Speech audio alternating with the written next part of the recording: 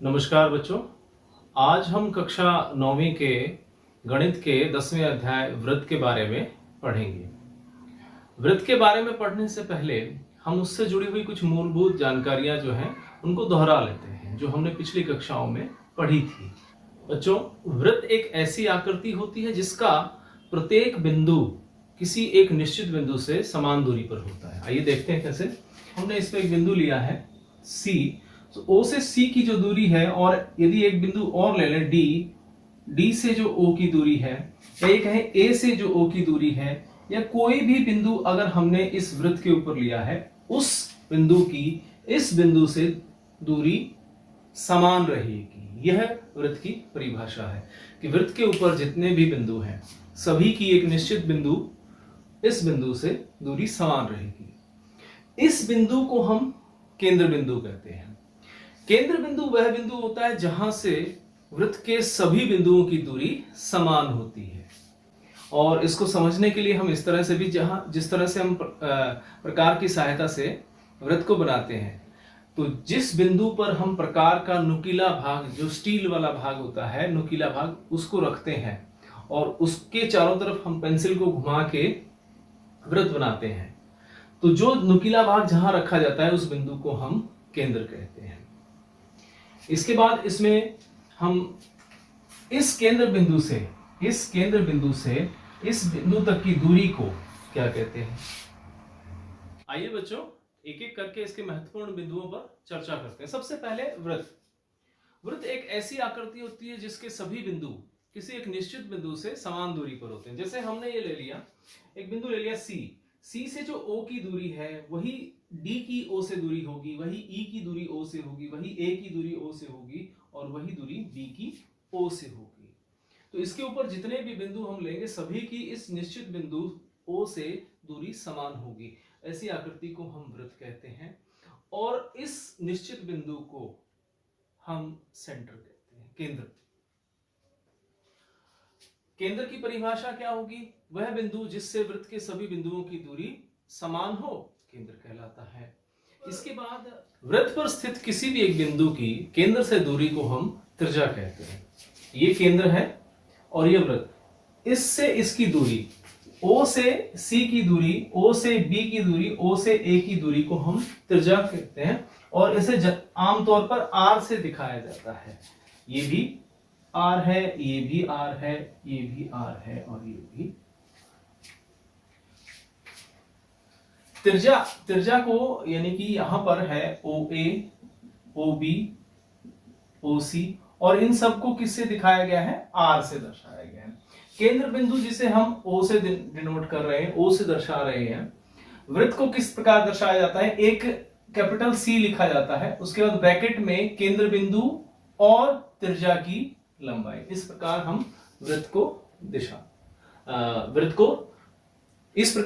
को दिखाते हैं। उसके बाद व्यास त्रिज्या का दुगना होता है लेकिन केंद्र से गुजरने वाला है। जैसे ये OC है, ये AB है। AB एक ऐसी जीवा है जो, या ये कहें एक ऐसी रेखाखंड जो दो बिंदुओं, कोई भी वृत्त के दो बिंदु हो उनको मिलाने से बनती है, लेकिन वो केंद्र से गुजरनी चाहिए। ये AB है और ये केंद्र से गुजर रही है, तो हम ये कहेंगे कि AB एक व्यास है। तो इसमें व्यास क्या है? AB है। जीवा वृत्त के ऊपर स्थित किन्हीं दो बिंदुओं को मिलाने से जो रेखाखंड बनता है। जैसे इसमें DE, हमने किन्हीं दो बिंदुओं को मिला दिया तो वो जीवा बन गई। उसके बाद है चाप D और E को मिलाने से जो सीधी रेखाखंड बनी है उसे तो हम जीवा कहेंगे, लेकिन जो वृत्त का हिस्सा इन दोनों के बीच में आया है ये छोटे वाला है, तो इसे हम चाप कहेंगे। लेकिन कौन सी चाप है? यह लघु चाप, क्योंकि यह अर्धवृत्त से छोटी है। और ये जो बड़े वाली है ये दीर्घ चाप। कौन सी चाप हो जाएगी? दीर्घ चाप। D से P के थ्रू होते हुए E तक जो पहुंचेगी, इसे हम दीर्घ चाप कहेंगे। इसे इंग्लिश में माइनर आर्क, और जो बच गई इसको मेजर आर्क कहेंगे। इसके बाद इसको दर्शाया किस तरह से जाएगा? इसको हम DE लिखेंगे, इस जीवा के लिए तो हम DE इस तरह से लिख सकते हैं या DE के ऊपर बार लगा सकते हैं, लेकिन जब हम चाप को लिखेंगे तो हम DE के ऊपर इस प्रकार लिखेंगे। और अगर इसमें हमें छोटे वाली को दर्शाना है तो हम लघु, और अगर बड़े वाली को दर्शाना है तो हम दीर्घ लिख देंगे। तो इससे समझ में आ जाएगा कि हमें एक और तरीका है हम किसी चाप को दर्शाने का, क्योंकि इस पे अगर हम एक बिंदु और ले लें, F ले लें, तो हम लिख सकते हैं DFE और इस चाप के ऊपर इस तरह से निशान लगा दे, तो ये हो जाएगा DFE। इसी ऑर्डर में DF के थ्रू, ऐसा तो हो नहीं सकता कि D से इधर F आए और फिर इधर आए, DFE यही रास्ता होगा और ये चाप हो जाए। इस तरह से हम इसको दर्शा सकते हैं। छेदक रेखा एक ऐसी रेखा जो वृत्त को दो बिंदुओं पर प्रतिच्छेद करती हुई पार निकल जाए, यानी कि रेखा है वो। ये तो जीवा थी जो रेखाखंड ने बनाई थी, ये रेखाखंड है और ये रेखा है। यही अंतर है जीवा और छेदक रेखा में। ये बिंदु वृत्त को दो बिंदुओं पर प्रतिच्छेद करेगी और पार निकल जाएगी, इसे हम छेदक रेखा कहेंगे। यदि यह एक ही बिंदु पर स्पर्श करे वृत्त को तो फिर उसे हम स्पर्श रेखा कहेंगे, वो XY हो जाएगी। तो इसमें हम इसको कह सकते हैं छेदक रेखा, या तो M कह सकते हैं या QR कह सकते हैं, और जो स्पर्श रेखा है वो XY है यहां पर। ठीक है, इसके बाद वृत्तखंड। वृत्तखंड जो है ये क्या थी, ये हमारी जीवा थी। जीवा ने और उसकी संगत चाप, जीवा ये है DE और इसकी संगत चाप ये है, इन दोनों के बीच में जो वृत्त का हिस्सा है उसे हम वृत्तखंड कहेंगे। जैसे इसमें हमने हरे भाग से दर्शाया है, AB जीवा है और AB के नीचे जो बचा हुआ वृत्त का भाग है उसने और जीवा ने मिलके जो भाग वृत्त का दिखाया है, उस घेरा है, उसे हम वृत्तखंड कहेंगे। उसके बाद है तिर्जाखंड। तिर्जाखंड क्या होता है कि वृत्त का वह भाग जो दो तिर्जाओं और उनके बीच की चाप के द्वारा घेरा जाता है। जैसे इसमें OA एक चाप तिर्जा है, OB एक तिर्जा है, इन दोनों तिर्जाओं के द्वारा एक चाप घेरी गई, ये चाप है। इस चाप और दो तिर्जाओं के बीच के इस क्षेत्रफल को हम तिर्जाखंड कहेंगे। इसके बाद है अर्धवृत्त। किसी भी एक व्यास के द्वारा, ये व्यास है, इस व्यास के द्वारा वृत्त के दो समान टुकड़े किए जाते हैं। इस AB के ऊपर का जो हिस्सा है पूरा, उस पूरे हिस्से में, और जो AB के नीचे का वृत्त का पूरा हिस्सा है, वो दोनों ही भाग अर्धवृत्त हैं। हमने एक बिंदु ले लिया T, T इस वृत्त के अंदर है, तो हम ये कहेंगे इसके अभ्यंतर में है। अभ्यंतर यानी इंटीरियर में, जो वृत्त के अंदर की तरफ है। और एक बिंदु हमने ले लिया U, ये वृत्त से बाहर की तरफ है, और बाहर की तरफ है तो हम ये कहेंगे ये इसके बहिर्भाग में है, यानी एक्सटीरियर में है। आइए बच्चों, वृत्त से जुड़े हुए कुछ महत्वपूर्ण बिंदुओं को फिर से दोहराते हैं। एक वृत्त में कितने केंद्र होते हैं, आप ये सोच के मुझे बताइएगा। वृत्त की सबसे बड़ी जीवा, यदि जीवा ये है, इसकी सबसे अधिक लंबाई अगर हो जाए वृत्त के अंदर तो उसे हम क्या कहेंगे। वृत्त का केंद्र वृत्त के अभ्यंतर में स्थित होता है या उसके बहिर्भाग में स्थित होता है। DE एक चाप है, इसके सिरों को मिलाने से एक जीवा बनती है। ऐसी ही चाप के सिरों को मिलाने से, यानी कि सिरों को मिलाने से व्यास बनता है, तो हम उस चाप को क्या कहेंगे। इस जीवा ने इस वृत्त को दो भागों में बांट दिया है। एक भाग तो ये दर्शाया गया है, दूसरे नीचे वाले भाग को हम क्या कहेंगे। व्यास और तिर्जा में क्या संबंध है। आइए बच्चों, अब हम कुछ नई प्रमेय करते हैं जो वृत्त के ऊपर आधारित है। सबसे पहली प्रमेय है, वृत्त की बराबर जीवाएं केंद्र पर बराबर कोण अंतरित करती हैं। यदि हमें एक वृत्त दिया गया है, उसमें दो जीवाएं AB और CD दी गई हैं, तो ये दोनों केंद्र पर समान कोण अंतरित करेंगी, यानी कि AOB और COD बराबर होंगे। इसको कैसे सिद्ध किया जा सकता है, आइए देखते हैं। सबसे पहले हमें प्रमेय में क्या दिया गया है, वृत्त दिया गया है। तो वृत्त को हमने दर्शाया है COR, यानी कि O इसका केंद्र है और R इसकी त्रिज्या है। इसमें AB और CD दो जीवाएं हैं, इस प्रकार हैं कि AB की लंबाई CD की लंबाई के बराबर है। हमें सिद्ध क्या करना है कि कोण AOB कोण COD के बराबर है। इसको हम किस प्रकार से कर सकते हैं वो देखिए कि त्रिभुज AOB और त्रिभुज COD में OA बराबर है OC के, OB बराबर है OD के। ऐसा क्यों है? क्योंकि दोनों ही जगह में ये क्या है? त्रिज्या है, और त्रिज्या जो होती है वो समान होती है। एक वृत्त की त्रिज्याएं सभी समान होती है, इसमें भी यही कारण हो जाएगा। इसके बाद AB बराबर है CD। ऐसा क्यों है? क्योंकि हम कह सकते हैं, जो हमने इसको 1 नंबर दिया था, ये 1 की सहायता से कह सकते हैं। एक कारण क्या है कि AB बराबर CD हमें दिया गया है।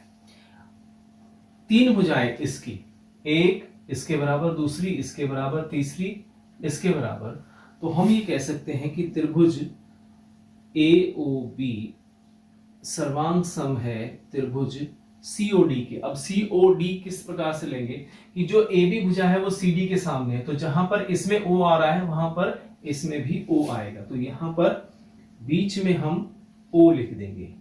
उसके बाद हमने लिया OA OC के बराबर है, तो OA के सामने है B और OC के सामने है D, तो B जिस जगह पर है वहां पर D आ जाएगा, और तीसरा जो बचा वो C, और इसके पीछे कारण क्या हो जाएगा? SSS सर्वांग समता।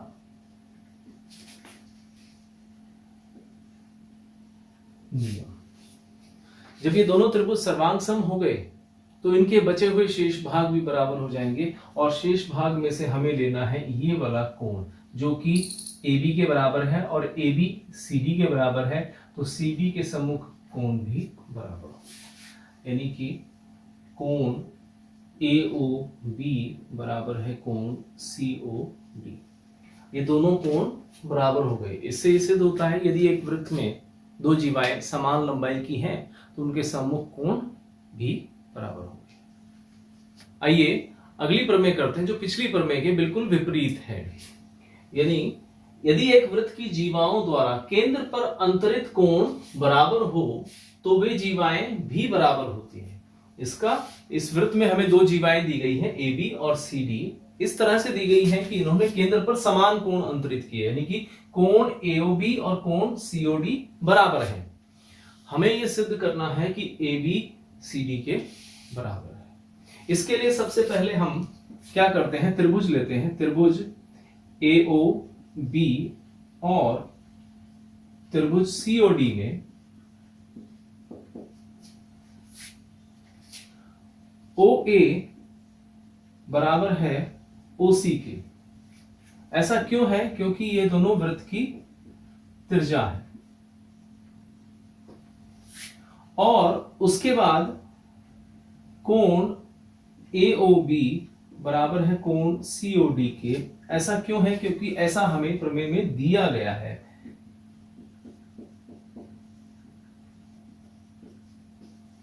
इसके बाद फिर हम लिख सकते हैं OB बराबर है OD, और ऐसा क्यों है? क्योंकि OB और OD दोनों ही वृत्त की त्रिज्या है। अब एक भुजा दूसरी भुजा के बराबर है, यानी कि दोनों त्रिज्याएं हैं। फिर एक कोण दोनों का बराबर है। फिर इस त्रिभुज की यह भुजा इस त्रिभुज की इस भुजा के बराबर है।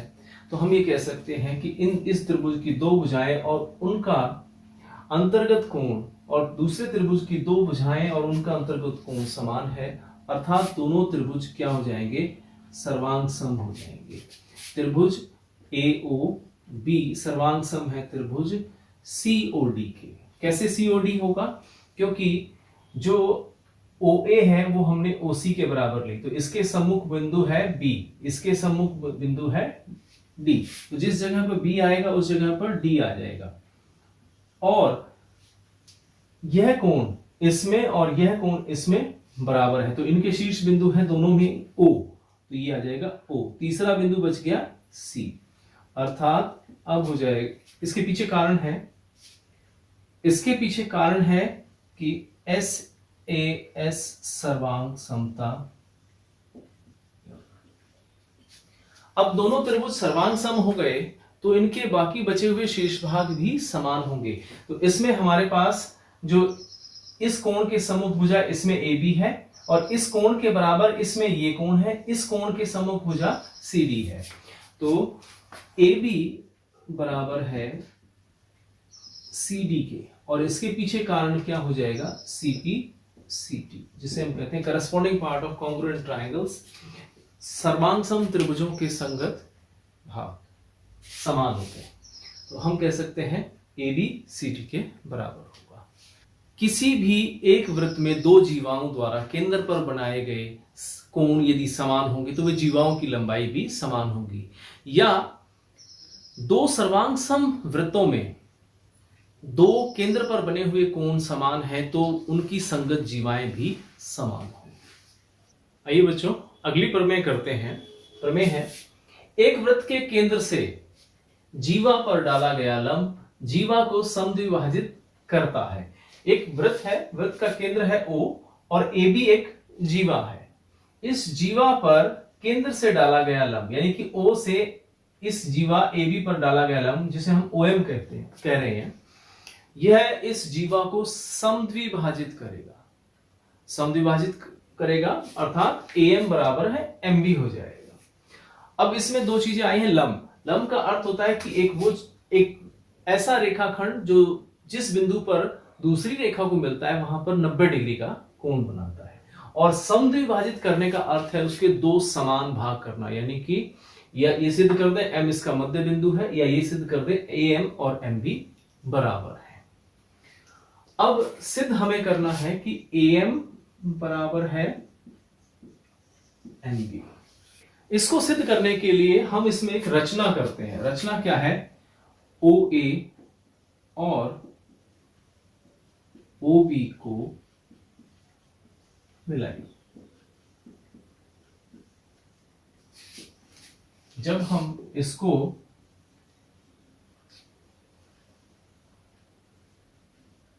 इससे मिला देंगे उसके बाद हम त्रिभुज लेंगे, त्रिभुज OMA और त्रिभुज OMB।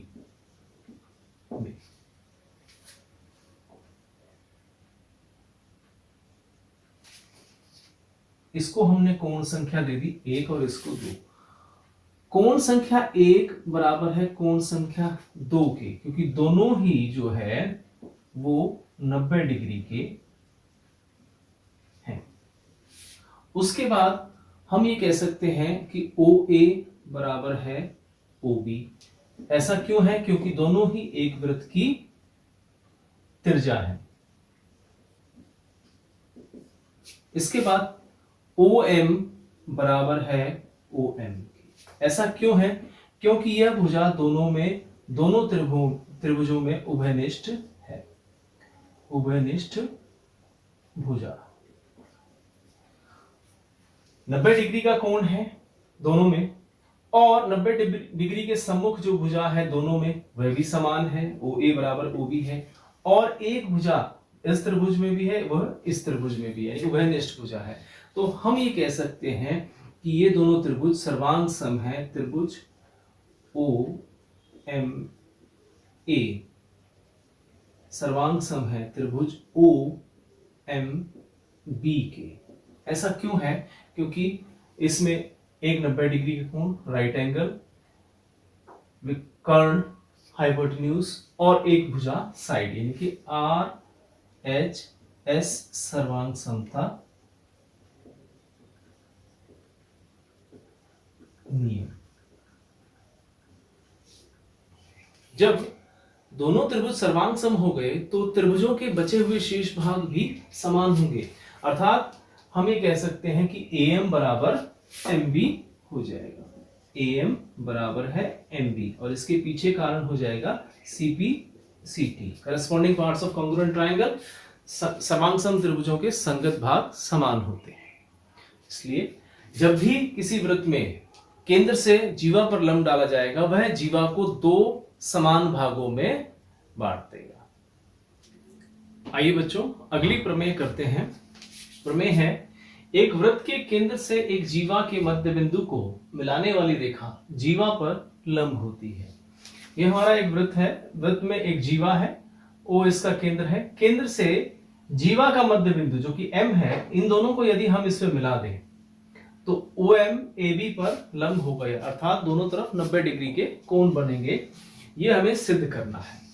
इसको सिद्ध करने के लिए हम क्या करते हैं, एक रचना करते हैं कि O और A को मिला देते हैं, O और B को मिला देते हैं।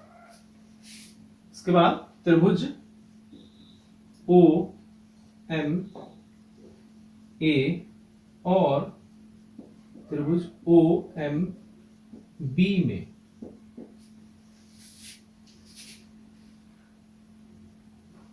OA बराबर है OB। इसके पीछे कारण क्या है कि दोनों ही तिरछा है। उसके बाद OM बराबर है OM।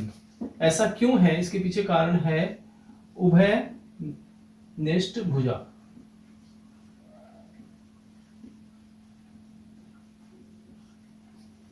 और तीसरा AM बराबर है MB।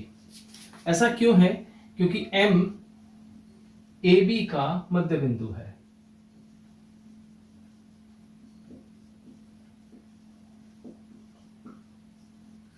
अब इसके बाद हम देखें तो यह भुजा इस भुजा के बराबर है, यह इसके बराबर है, यह दोनों में कॉमन हो गई। तो हम ये कह सकते हैं कि त्रिभुज OMA सर्वांग सम है त्रिभुज OMB के, और इसके पीछे कारण हो जाएगा SSS सर्वांग समता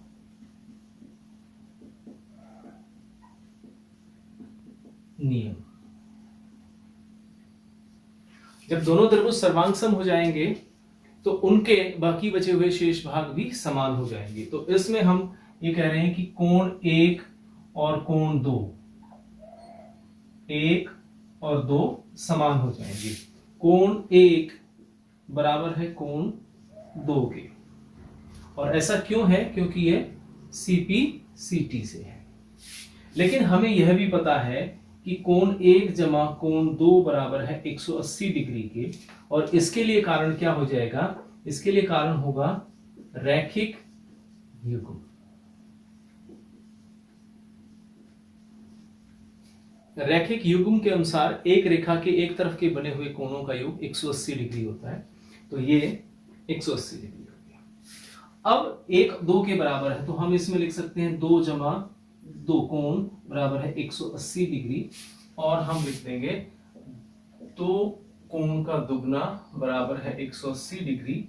और यहां से कोण 2 बराबर है 180 डिग्री बटे 2, ये कट जाएगा 90 डिग्री। कोण 2 बराबर है 90 डिग्री, अर्थात OM लंब है AB के ऊपर। यह हमें सिद्ध करना है। आइए बच्चों, अगली प्रमेय हम करते हैं। 3 दिए हुए असरेख बिंदुओं द्वारा होकर जाने वाला एक और केवल एक वृत्त है। इसमें सबसे पहली चीज जो है, हम इसको देखते हैं असरेख बिंदु कौन से होते हैं। एक रेखा है, एक बिंदु A है, एक बिंदु B है और एक बिंदु C है। ये तीनों बिंदु यदि इस रेखा पर ही हैं तो हम इन्हें कहेंगे सरेख बिंदु। लेकिन ये तीनों बिंदु यदि एक रेखा पर नहीं हैं, जैसे यह P है, यह Q है और R कहीं यहां पर जाके है, P Q और R, इनमें से एक भी बिंदु यदि रेखा पर नहीं है तो हम इन्हें कहेंगे असरेख बिंदु। तो ऐसा ही हमने 3 बिंदु लिए हैं, A, B और C। यदि इन तीनों में से कोई वृत्त पास होगा या इनमें से गुजरेगा तो वो केवल एक वृत्त होगा, एक से अधिक वृत्त इनमें से नहीं जा सकता। बच्चों आइए इन प्रमेयों पर आधारित कुछ प्रश्न हल करते हैं। प्रश्न, AB और AC एक वृत्त की दो समान जीवाएं हैं। AB और AC दो समान जीवाएं हैं। दर्शाइए कि AO, यदि हम इस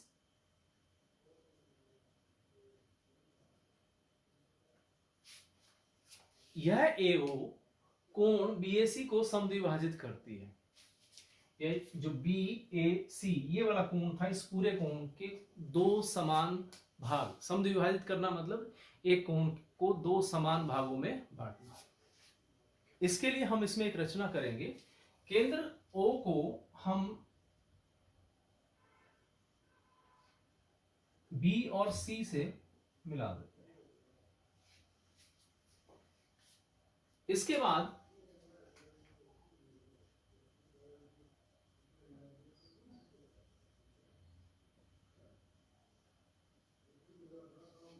इसके बाद हम लेंगे त्रिभुज OAB और त्रिभुज OAC में OA बराबर है OA, क्योंकि यह दोनों त्रिभुजों में उभयनिष्ठ है, उभयनिष्ठ भुजा। उसके बाद OB बराबर है OC, क्यों है? क्योंकि दोनों ही वृत्त की त्रिज्या है। और इसके बाद हम लिखेंगे AB बराबर है AC, क्योंकि ऐसा हमें प्रश्न में ही दिया गया है।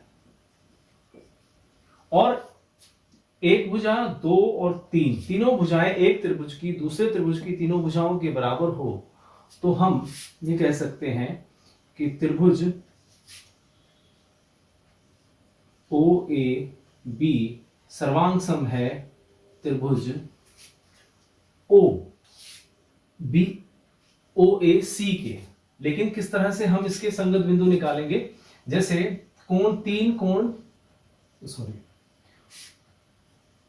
इसके संगत बिंदु हम किस प्रकार निकालेंगे कि यह भुजा इस भुजा के बराबर है तो इसके सम्मुख O है, तो इसके सम्मुख भी O है, तो जहां पर O होगा वहां पर इधर भी O आ जाएगा। A के सम्मुख ये भुजा, लेकिन ये इसके बराबर है और इसके सम्मुख है A, तो जहां पर ये है, और तीसरा आ जाएगा C। इस प्रकार हम इसको SSS सर्वांग समता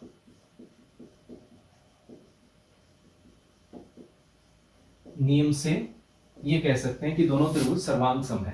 और जब हमने सर्वांग सम सिद्ध कर दिया तो इसके बाकी बचे हुए शेष भाग भी समान हो जाएंगे, इसलिए हम कह सकते हैं कोण 1 बराबर है कोण 2।